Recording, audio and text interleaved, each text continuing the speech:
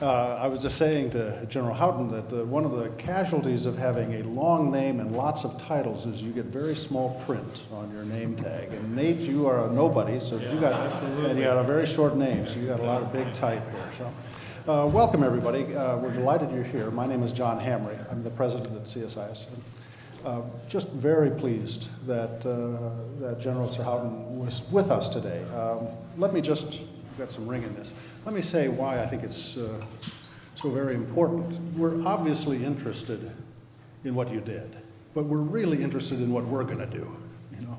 And we don't know what we're going to do. We're in some sense facing the very same structural strategic problem that you faced. You know, every society has to design defense at two levels, a capital D and a small d. The capital D is the health of your economy, the vitality of your society, the shared conviction of your population as to causes that you're prepared to undertake. That's capital D, you know, defense. And then there's the small d defense, which is the kit. It's the equipment that you buy. It's the training program you have, the people you recruit, how many people you put in arms, etc. You know, and occasionally these things get out of phase. And my sense is that, of course, in the United Kingdom, that was in good measure what that last election was about. And the government, as General Houghton said, you know, had crystal clarity in what they knew they had to do for the big D defense. You know, they had to get the underlying health of the economy reconfigured so that it was sustainable over time. And of course, that then brings into tension, what do we do, small d defense, the details. Both of them are very important, but the second one can't exist without the first. And so the kingdom went through a very interesting process. Many of us here have been watching it for some time. And now we're seeing its results, and we're thinking to ourselves, we may not go down this road, but it is a roadmap that very, very good people have taken, and we need to pay attention to it. And I think that's the spirit that's brought out so many people and so many cameras and such a willingness to share time today. So thank you all for coming. General, thank you for being with us. We're very honored that you're here. And Nate, you're going to do the real introduction. Thank you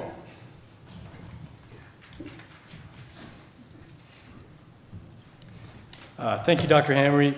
Good afternoon, ladies and gentlemen. I'm Nate Fryer, a senior fellow here at CSIS, as well as a visiting research professor at the U.S. Army War College. Again, on behalf of CSIS, as well as Rolls-Royce North America, let me welcome you to today's Military Strategy Forum on the United Kingdom's Strategic Defense and Security Review. Before we proceed, a small admin note: if you could please silence all electronic devices. If you haven't done so already, that would be much appreciated. As you may or may not be aware, the Military Strategy Forum is graciously supported by Rolls-Royce North America, and we're also fortunate today, obviously, to have this beautiful facility at the St. Regis Hotel and their support as well.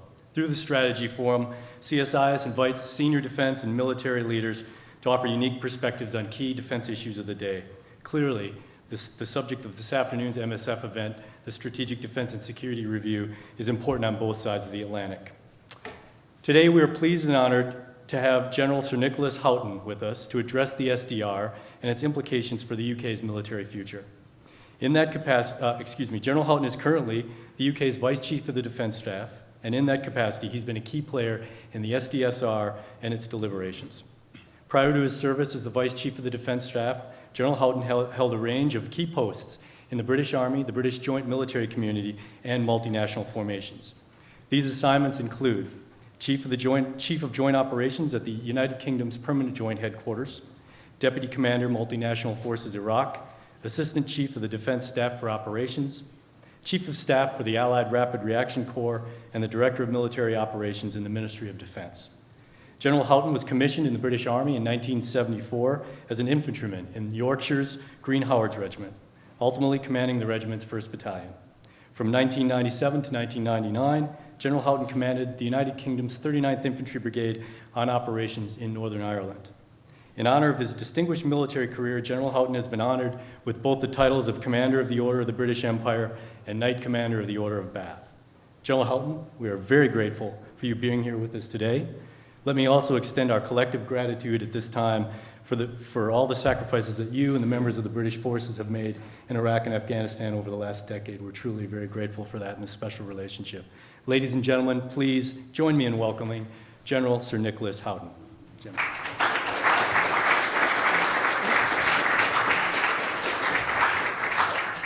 Well, good afternoon, everybody.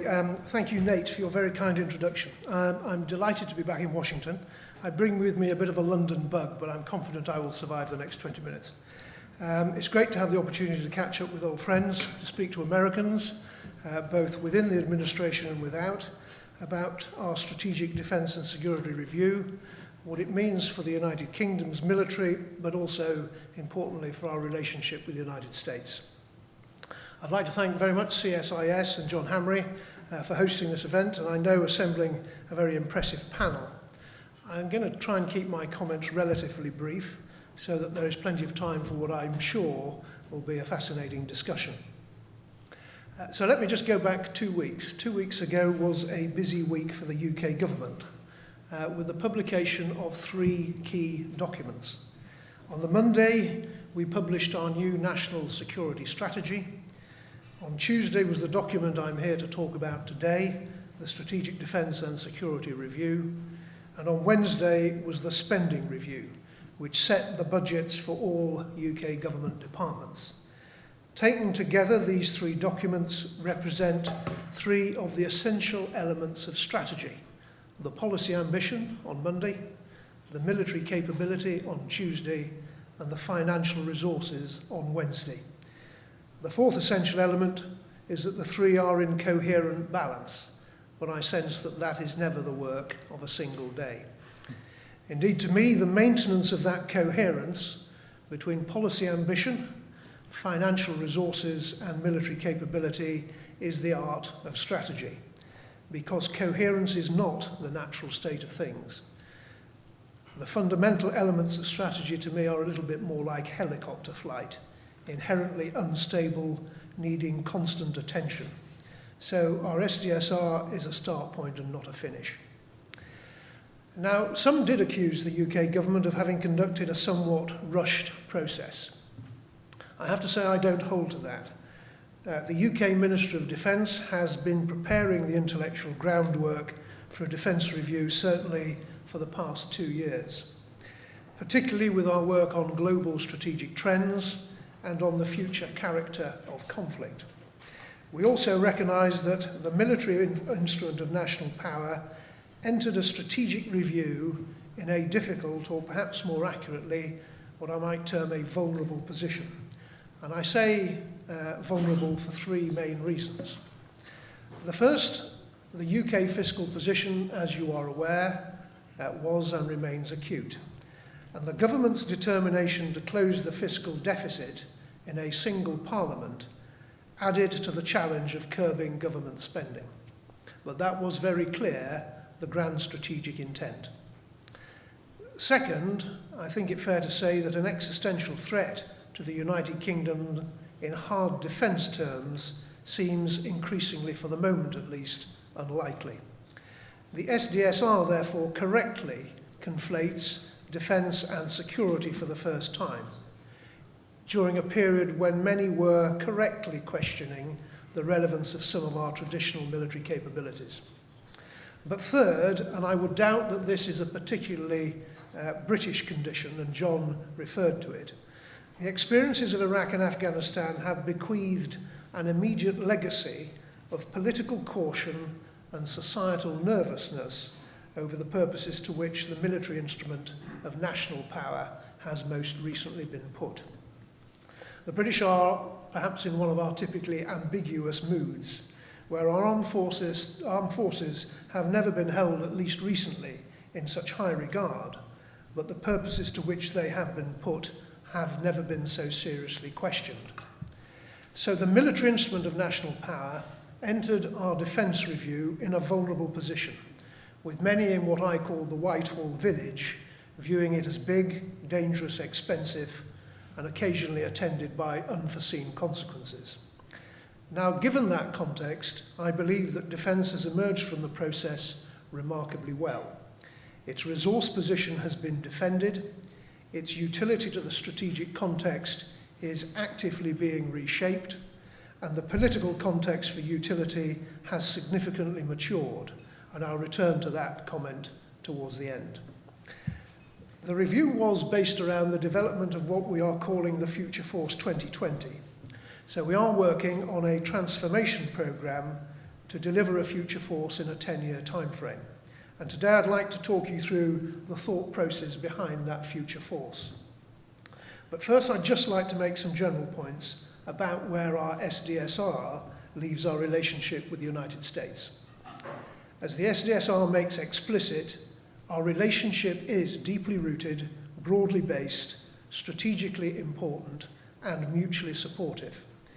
And the UK's intention is to remain America's most capable and reliable ally. We recognise that we benefit a great deal from the relationship, but in return we will retain the ability to operate independently or in support of the US across the full spectrum of domains and capabilities. The partnership is a real and an active one. A British Major General, Nick Carter, hands over command of RC South tomorrow, having led the US, UK and other multinational troops fighting the Taliban in Afghanistan. In Helmand, we operate alongside the US Marine Corps every day and every night. General Petraeus' deputy is a British Army officer, and our special forces work as closely with their American counterparts as any force in recent history. Now, this is not the occasion to speak on Afghanistan, but I want to make clear that the UK's commitment to the campaign was a constant theme throughout our review. The Prime Minister has made clear that the mission is vital to our national security, and the commitment to the ISAF strategy is unequivocal. Every decision we took in the SDSR, had to be Afghanistan-proofed. There is no change at all to our presence. We will remain the second largest troop contributor with around 9,500 troops in theatre, and we will continue to send our best people to leadership positions of ISAF and our national expertise to the Helmand Provincial Reconstruction Team. But the SDSR had to look beyond today and the immediate year's operations. Our analysis of future threats matches closely that of the United States, no doubt a reflection of our shared perspectives and priorities. We have worked closely with the Department of Defence during its drafting. There have even been Department of Defence officials working within our strategy unit, just as we have in yours. The relationship has been based on working extremely closely in the military, intelligence and nuclear spheres. All of that will continue and benefit from the rebalancing towards future threats. The United Kingdom has a long and interesting history, but we don't intend to live in it. A striking feature, I think, of the review for the British media and people was the greater focus on cyber. We announced an extra $1 billion of investment in cyber across government. From a defence perspective, we're working on growing the cyber skill set and mainstreaming cyber into our training, education and doctrine. We're also working with the Department of Defence to enhance our already close operational relationship, and we've set ourselves the goal of signing a UK-US Memorandum of Understanding on cyber to formalise current and future cooperation in this field. We will continue to expand mutually beneficial relationships, countering terrorism and organised crime, reducing nuclear proliferation, and preventing conflict through early intervention in failing states. Capacity building is a key tenet of our new government's approach, and we're already working closely with the United States in some countries in this area and now plan to do more. In parallel with the SDSR, we've been undertaking a review of the cost effectiveness of our nuclear deterrent. Many thought that the deterrent might be a fault line in our new coalition government, but it has not been. The review has confirmed that a continuous submarine-based system will continue to provide the most effective minimum deterrent, and we will therefore proceed with the renewal of the Trident delivery system and the submarine replacement programme. And timetables are now more realistic, but that now brings us into line with US programmes, and our cooperation with you is as close as ever. Overall, the future force will be capable of dealing with the sorts of challenges which we are likely to face together in areas of the world where we have common interests. Now, the main feature of the future force is that it is adaptable. Our National Security Council decided on this posture because of the essentially unpredictable nature of the world. With resources and the range of threats broad, we decided to hedge against a range of potential outcomes. So the government asked the Minister of Defence to produce a force able to perform across a range of tasks without focusing exclusively on either the defence of the homeland or on expeditionary activities. I personally led the force development and testing process, so I can confidently tell you that what we have produced does just that. We tested this Future Force Structure 2020 against 7 types of operation, reflecting the range of tasks we think the UK military is most likely to have to do in the future. And military judgment and analysis panels tested a range of potential force structures against different scenarios to generate the future force. Just touching on them briefly, we firstly looked at our ability to restore freedom of navigation in contested waters. In a globalised world dependent upon trade, disruption to shipping lanes has wide-ranging effects to a large number of countries. So our thinking assumes that the UK would want to be capable of contributing to coalition operations of this sort.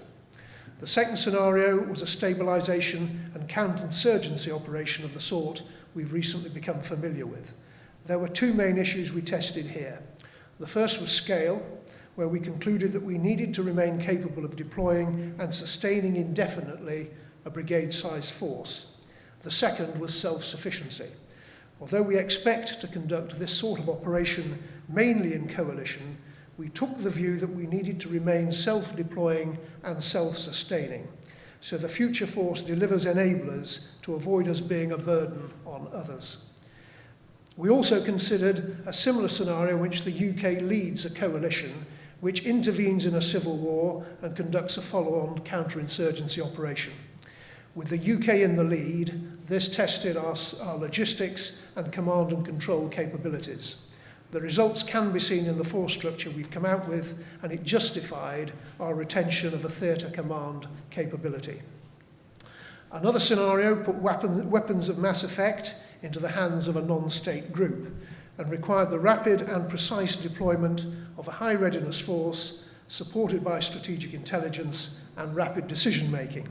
And here we judged that we needed to be capable of operating on a national-only basis as well as part of a coalition.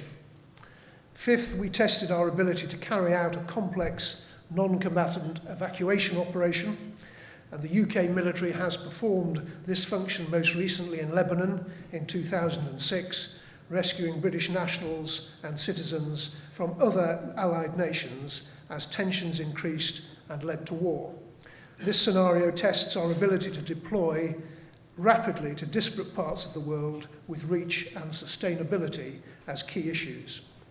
Perhaps the most challenging scenario was an operation to liberate an ally from an occupying state. And here we judged that we need to be capable of putting a divisional-sized force in the field with substantial maritime and air support. Our multi-role brigade concepts allows us to configure this sort of force for the threat it is likely to face with at the time. And this represents, if you like, the best effort of the Future Force 2020, and it could operate alone or with allies. And then finally, we considered the ongoing requirement to deter the use of force against the UK. And here presence is key. So our decisions to develop a new carrier strike capability, to continue with hunter-killer submarines equipped with Tomahawk missiles also support this. And in the final analysis, our ultimate guarantor of security is the Trident armed submarines providing continuous at-sea deterrence. Now, none of the scenarios specifically covered our Article 5 commitment to NATO, but we judge that the force structure that can deal with these scenarios can meet our NATO commitment as well. Now, these options, I think, demonstrate those who've interpreted the Sdsr as a step back for Britain are a long way off the mark. Britain does expect to continue to play a major role in world affairs.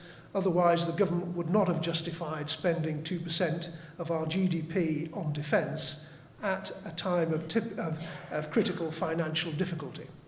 William Hague, the Foreign Secretary, said before this process started that there would be no strategic shrinkage.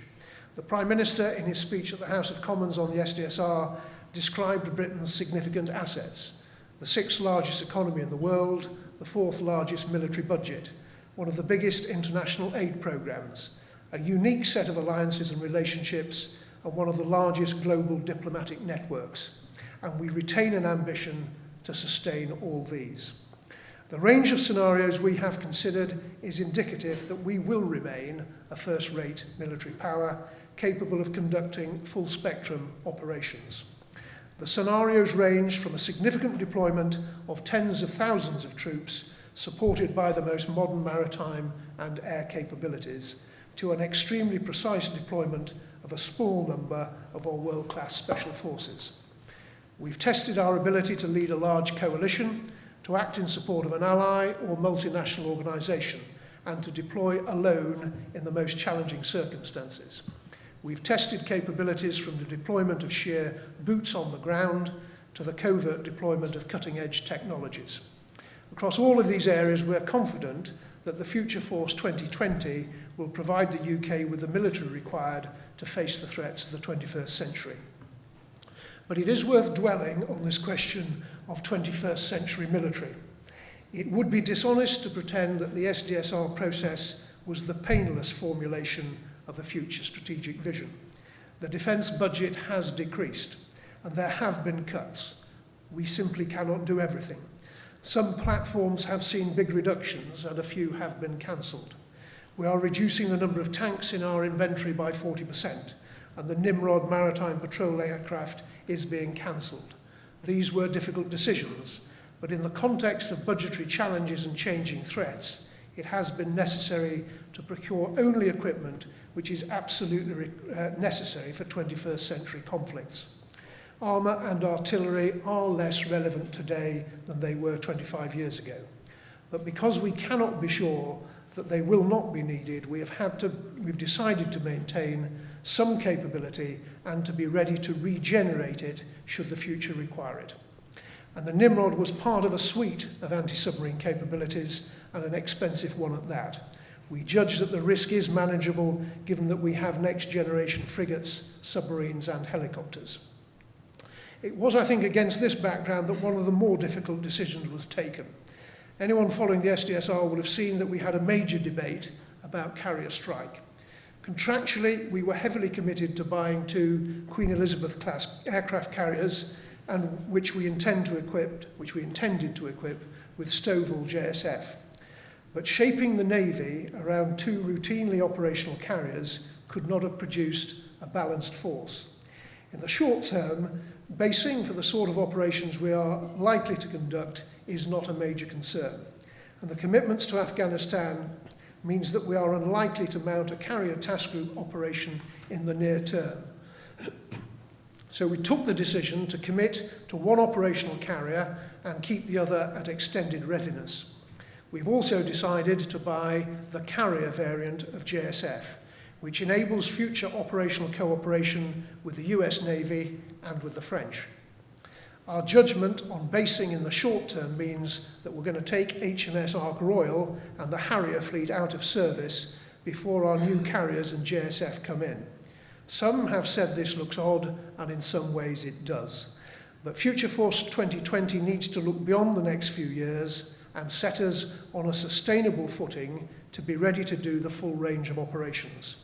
The carrier strike decision means that we will have the next generation of ships and jets in service for the long term at the expense of older, less capable platforms, which we judge are not likely to be needed in the very short term. And importantly, we can retain the ability for further regeneration of that capability. Regeneration and modernisation are recurring themes. What we've tried to do in this review is take significant steps away from a force structure dominated by Cold War capabilities for Cold War threats. Over the next 10 years, we'll be bringing new capabilities and platforms in across our armed forces. The Future Force is based on next-generation equipment. We're not replacing like for like. The fleet of fast jets will be smaller, particularly until the Joint Strike Fighter comes into service, but when it does, we will have a very capable combination of Typhoon and F-35. We're going ahead with programs to buy new strategic lift, air-to-air refueling and helicopter capabilities that we need now and which retain our global reach. It's easy to overlook these sorts of platforms, which is why many nations do have aging fleets. We recognise the need to invest in enablers if we want to be capable of acting around the globe, alone if necessary, and as a credible major player in coalition operations. Type 45 frigates, Queen Elizabeth-class aircraft carriers, astute submarines all represent a much more capable set of maritime platforms. The Royal Navy is not standing still. It will continue to commit to the range of tasks it does today, but with a more capable set of forces. The Army has enjoyed significant improvements in capability as we have equipped it to fight the war in Afghanistan. We will retain the 2 high readiness brigades, 16 Air Assault Brigade and 3 Commando Brigade. We are investing more in our enablers for special forces to ensure that they remain self-deploying, supporting and sustaining. And despite pressure to cut back, we will remain capable of re-rolling to produce land forces for the full range of combat missions. All this means that the Future Force 2020 will be leaner, it will be meaner, but will be able to carry out the full range of missions required. Now, just by way of conclusion, I just want to go back to where I started and make 2 final points. The first is strategy is about sustaining the coherence of policy, ambition, resources and capabilities. And we will not have got the 2024 structure absolutely right. By 2015, the world will look different. Afghanistan may be resolved. The fiscal position, we hope, will be better. And in 2015, we will conduct another SDSR and a further recalibration of strategy will take place. I say this because one of the big lessons of our SDSR is that it is a mistake to leave them too long. The context moves too quickly and strategy does need active management. My second concluding point relates to the context I described at the outset, and particularly that element of context which relates to political caution and societal nervousness over the use of the military instrument. Please do not read into that a judgment that our government lacks conviction or our society lacks what we call bottle. It's very clear from our SDSR outcome that our government wants us to be proactive in helping to shape a more stable world. It sees the military instrument as an essential element of this, working within a comprehensive approach and with international partners. But what I should also tell Americans from a societal and political perspective, a feature of the SDR with which you should recognise is that the UK government has no intention of misusing its armed forces. It will, as a priority, seek to help to stabilise the world, to prevent and contain conflict, and to use all elements of national power and international partners to shape and maintain a more stable world, whilst of course recognising that ultimately circumstances may arise when the resort to the legal use of lethal force is a national necessity. But the scrutiny which attends the commitment to lethal force will be very rigorous indeed, and I think appropriately so. So thank you for giving me this opportunity to expand a little on our SDSR and explain why I think that the relationship between the US and the UK remains as close and important as ever. I do now look forward to participating in what I'm sure will be an interesting discussion. Thank you very much, General. Thank you. There should be microphones if you want to sit, sir. If you want to stand, either way is up to you. There are microphones throughout the crowd, so please raise your hand and we will call on you as your hand is available, and we'll go from there. Yeah, I'll do that. I can point them out if you want. Questions? Right here, please. Then you. I'll go your second.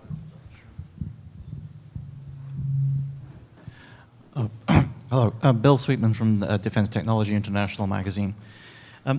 The decision regarding the change from the STOVL to the carrier-based version of the F-35 and the reduction in numbers and the delay,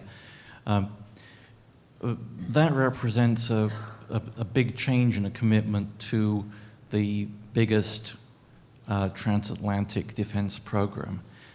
Can you go into a little of the background behind this? Was one factor, did it relate to confidence in the availability of the STOVL aircraft? Did it relate to performance issues? Did it relate to uncertainty about how that program was going? And can you kind of give an impression of what the US-UK discussions preceding that decision were like? I think there was a capability dimension and a cost dimension to it. There was a sense that the STOVL variant may be more costly. That was the initial view. And clearly in straightforward capability terms, in terms of range and payload, the carrier variant is a superior variant.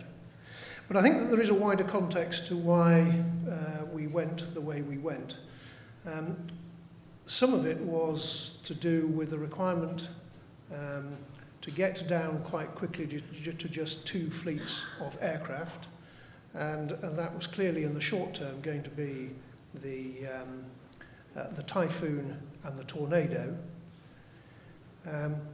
And in that context, we could take a little bit of time to consider the best and the optimum regeneration of the carrier capability. And it was quite clear that in terms of wider interoperability, both with the US Navy, but also with the French, to go for a carrier variant, which would involve the fitting of cats and traps to our Queen Elizabeth class, gave us a greater interoperability internationally than just going the STOVL route. So I think the combination of international interoperability and the issue in terms of the cost and performance of the variant all played into the discussion and the ultimate decision.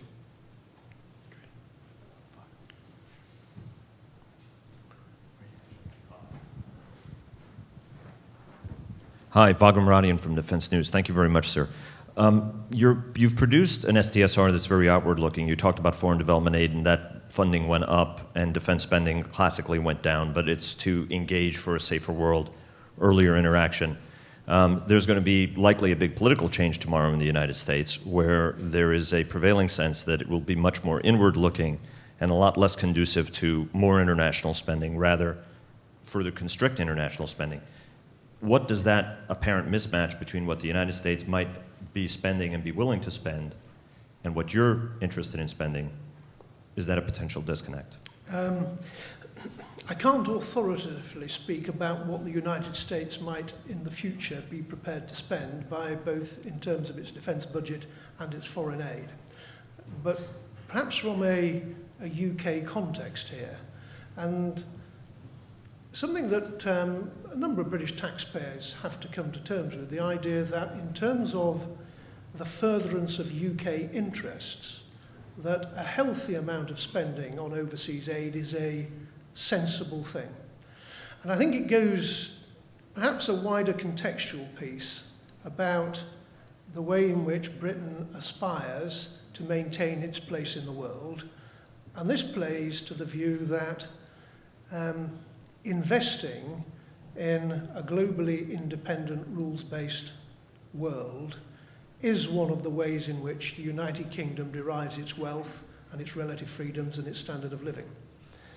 And hence the idea that the instruments of national power should not be held back for reactive use for when crises arise in the world, but should, in a comprehensive sense across government, but also with other international partners, be used proactively in an attempt to maintain stability in the world and to prevent conflict where it can and to contain conflict when it can. And I think that the significant use of overseas aid in that cross-government mix between diplomacy, overseas money, and the proactive use of the military instrument, but not as an instrument of intervention, but one of stabilisation, plays to that overall theme.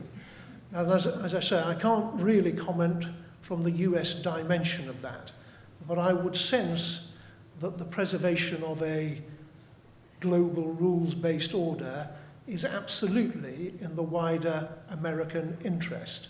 And one would sincerely hope that regardless of potentially the need to have some fiscal constraint in its spending, the United States would also embrace that view of the world, and one that used the instruments of national power proactively to try to maintain world stability. Jerry McGinn. General, thank you very much. Jerry McGinn, Northrop Grumman. I just wanted to ask you on the Sdsr, there was two kind of up arrows, the big ones that came out of that. One was cyber, which was discussed a fair amount in the Sdsr. And I was wondering if you could talk a little bit about how do you see the MOD role in cyber versus GCHQ? How do you see that developing? And then secondly, the question of unmanned systems was talked about as being a greater emphasis in the UK, but there was less it was a bit vague on what kind of investments are going to be made there. Yeah. And then I was wondering if you could put a little bit more on the F-35. There's numbers in the press that have talked about, the buy going from 130 down to 40 or whatever. But I understand you're probably not at concrete numbers yet, but have a sense of what you think you're going to be able to get when it changes from the different variants?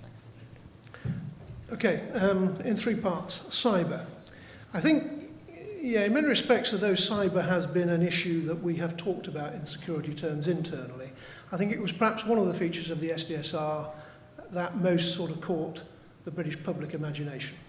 And I think that they could recognise that in terms of personal security, the fact that cyber attacks could bring down some of our banking systems and those sorts of things, it suddenly sort of personalised this nature of the threat.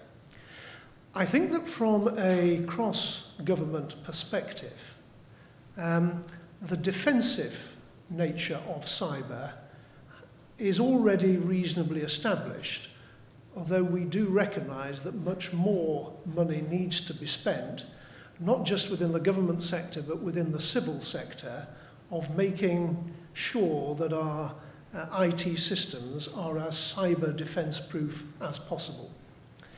The MOD has its own part to play, not just within military systems, but also within the systems of many of our major defence contractors who share many of our secrets. But I think that the novel element of the MOD part of this, not absolutely novel, but where we will be wanting, as it were, to operationalise cyber as a capability, is in some of the offensive dimensions of the capability. I won't say any more particular on that, but I think that the defensive dimension is already quite well established within the government psyche, but I think its exploitation offensively is one where we have quite a lot of active thinking to do. And that's one of the areas in which I know we're coming to hopefully working up a defence MOU with the United States we all wish to explore.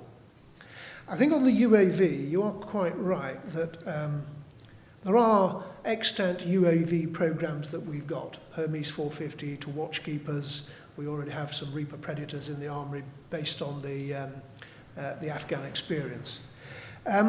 We are slightly dependent on the amounts of money that we can put into private venture enterprises with our major defence contractors, and the speed with which developments then generate genuine capabilities, particularly, I would say, in the UCAV world, the unmanned combat air vehicles. The timeframes for this are now just around the corner. Perhaps the next 5 to 10 years may generate the sorts of capabilities against which we can determine might the JSF be the last manned fast jet fighter that we need to procure. That in a way plays into your third question, and it's to do with the JSF figures. I am not in a position at the moment to give you a definitive statement on numbers, first tranche, second tranche. It is undoubtedly fair to say we have changed the variant, and we know the sort of numbers we need to meet the carrier strike capability, but we haven't yet fully identified the numbers that we need to meet the ground-based capability for our deep and persistent requirements. Those requirements will be worked out in a considered manner, and we need to consider it in the context of the lifetime of the typhoon and in the context of what the UCAV sort of system might deliver in what time frame. So the ultimate numbers of the JSF buys over time is under active planning and consideration, but you'll forgive me if I can't specify it's this number first tranche, this number second tranche. Next. Yes, back there in the corner. Hi. Hello. Walker Hardy from the National Defense University. Getting back to the previous question, the instruments of national power that you discussed. Again, here we've talked a lot about, in the U.S., the civilian capability, building up those capabilities. Secretary Gates and Secretary Clinton have worked together to try and find ways to move money around to fund that. Has that at all gone into your discussions with DFID, with the Foreign Office, to kind of build up the civilian capability for some of those state building scenarios you discussed? It's a very good question. I say that in as much as, to me, it's potentially will be either the most exciting or disappointing bit about the outcome of the SDSR. We have talked a good comprehensive approach for a number of years. We can talk a good proactive use of the instruments of national power in order to deliver stabilization. But those effects are not brought about purely by the writing of policy papers. An NSC construct is a novel construct within the United Kingdom system which very heavily relies and defaults to its specific departmental pillars. But the advent of a National Security Council will make sense when there is an operational apparatus beneath it to turn some of those policy papers into reality and some funding and resources to actually spend. Now then, yes, we are incrementally making our way there. With the advent of conflict pools, so there is shared resource across government to apply the instruments of national power in a comprehensive way and in a proactive way. We are getting there. I'm not yet, and I say this to the detriment of my own, a construct of which I'm a part, that there is the right mindsets for proactive and preemptive investment of preventative strategies, which perforce to me we must see in the time frame of decades, not months. I think one of the problems of governments is that they tend to operate only in one tense, and that is the sort of the present crisis tense, rather than the future strategic planning tense. And getting that right as an outcome of this SDSR, with the new apparatus of the NSC, with pooled budgets and with a better coherence of approach, will be one of the litmus tests of whether or not this SDSR and national security strategy is a good one and is making us, in an all-of-government sense, act in the right ways. So I have modest confidence that we have embarked on the right strategy, but the challenges to make it a reality are still ahead of us. Next. Yes, Dr. Flanagan.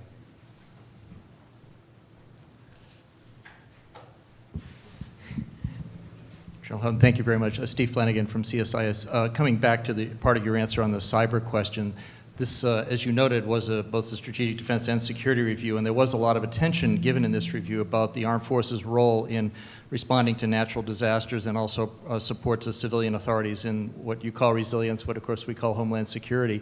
I wondered if you could discuss, that was an issue that was of course very controversial in several of the recent U.S. quadrennial defense reviews. What role, how big a role should the military play in societal security, homeland security?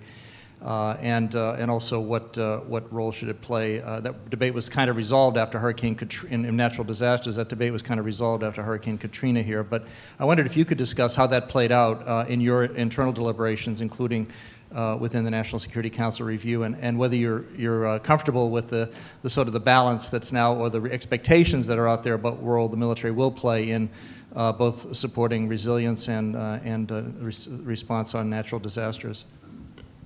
I'm comfortable up to a point.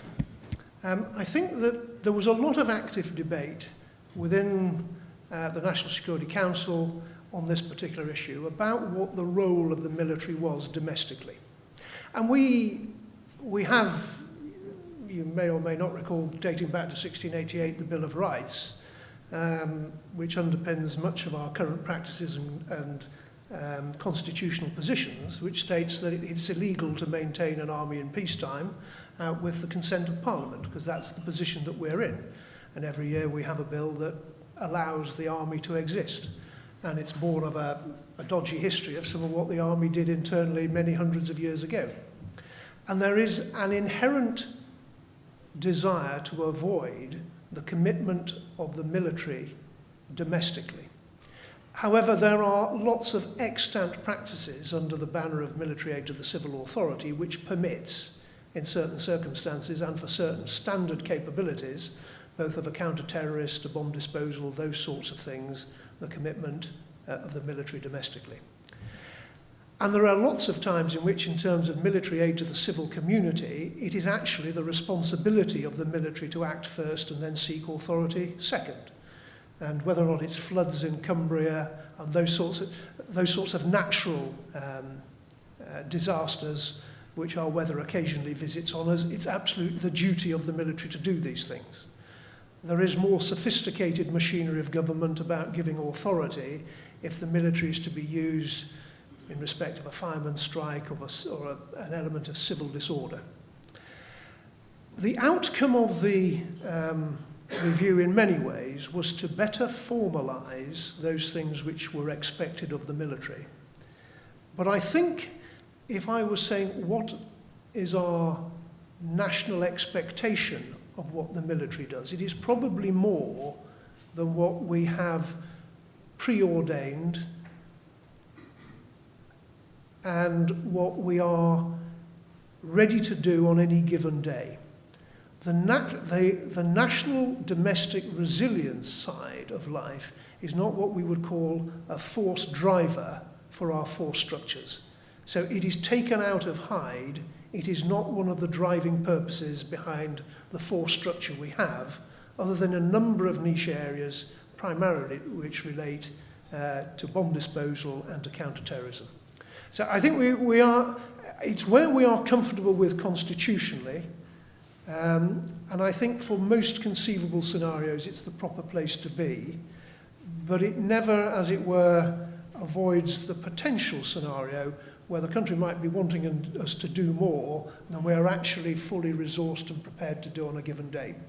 And I just sense that with this conflation of hard defence and security, we might, in terms of future calibrations, calibrate a little further towards what we are actually capable of doing domestically as a force-driving task. It's a bit of an elaborate answer, but it's so based on the sensitivities and the constitutional position of the British military within society.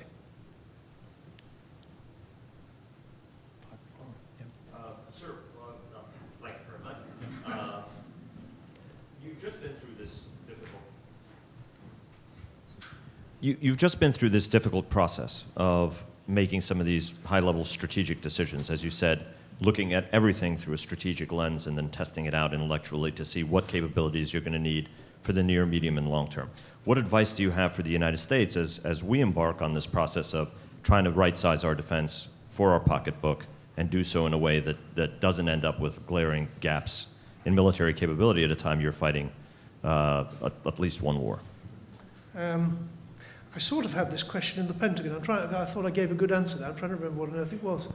Yes, but nobody heard it live. No, but I think that the first thing I said and would repeat is I think that you got to get people, particularly within the military, who are by nature sort of tribal and parochial about their capabilities, first to buy into the big idea that a grand strategic course of action relates to the strengthening of one's economy and the defending of that economy. Because without a strong economy, you can't have strong security. And that's where the process of the SDSR took me intellectually, most of the MOD intellectually, and I think has got our people intellectually. And so an age of short-term austerity for the right strategic outcome is one. And I think I would also translate that down into the mindsets of the sort of the single service proponents. That there may need to be some short-term pains. You may need to, have some alliance contributions to cover minor incoherences in seamless capability because of the need to suborn absolute military coherency, where actually, if you look at it, quite often different environments are arguing for similar capabilities, but just generated from their environment. And sensible risk management can be taken. But I think that the third one I would perhaps say, and it is perhaps in many ways, if I sort of went off on one, the most complex, and that is all about taking your people with you. Because what you don't want to enter a sort of a perfect storm where you have armed forces that have come through Iraq and Afghanistan, you have horrible fiscal austerity, you cut back on the military, but you don't protect the people dimension of your military. Because the maintenance of the moral dimension of fighting power, as we call it, I don't know if you have a similar doctrinal construct of physical, conceptual, and moral elements of fighting power. You can take a capability holiday on a physical piece. You can skip a bit of doctrine. But in terms of the moral dimension, risk that at your peril. It's one of the places we are probably treading something of a tightrope ourselves. After all, we are committed to Afghanistan at least for another 5 years, and yet 17,000 of our service people we are either going to waste away or make redundant. We've not tried that before. And at the same time, their pay is marking time, and some of their allowances might be under threat. So I think that there has got to be political acuity to the moral dimension of a fighting force, particularly one that has come out of a sustained period of combat. And I think we need to share our experiences in handling this, because I think it is one of the big challenges. We do have time for one more question, so, right there. Yep, Steve Rader. Hello.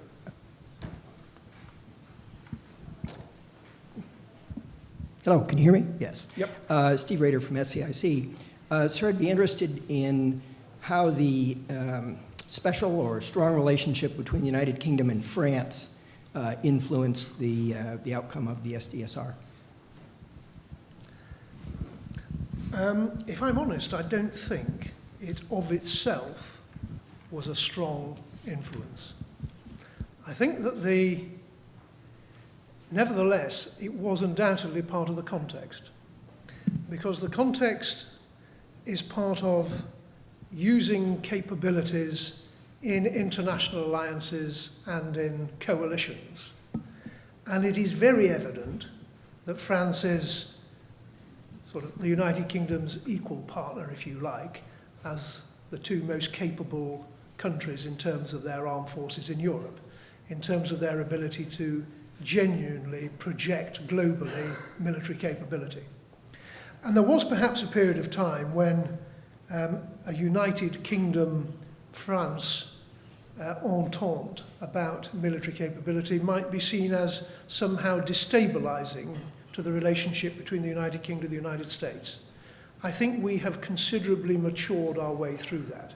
I think now that there is a recognition that the United Kingdom and its relationship within Europe, and particularly with France, in delivering genuine military capability from the European pillar of NATO can only be a good thing for the United States.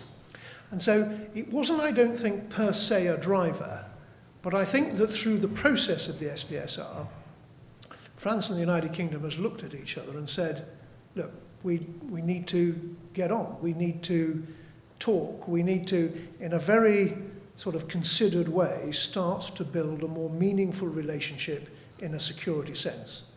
And that is to the benefit of Europe, it's to the benefit of the transatlantic alliance, it's the benefit of NATO, so I think a hugely good thing. But I don't want to absolutely presage the detail of what might come out during the balance of the week. But I think it's a sensible and mature thing to be doing to the betterment of the Atlantic Alliance as well. Sir, we greatly appreciate the time you spent with us here today, and on behalf of CSIS, Rolls-Royce North America, and all of us here, we would gratefully like to thank you for everything done. Thank you very much.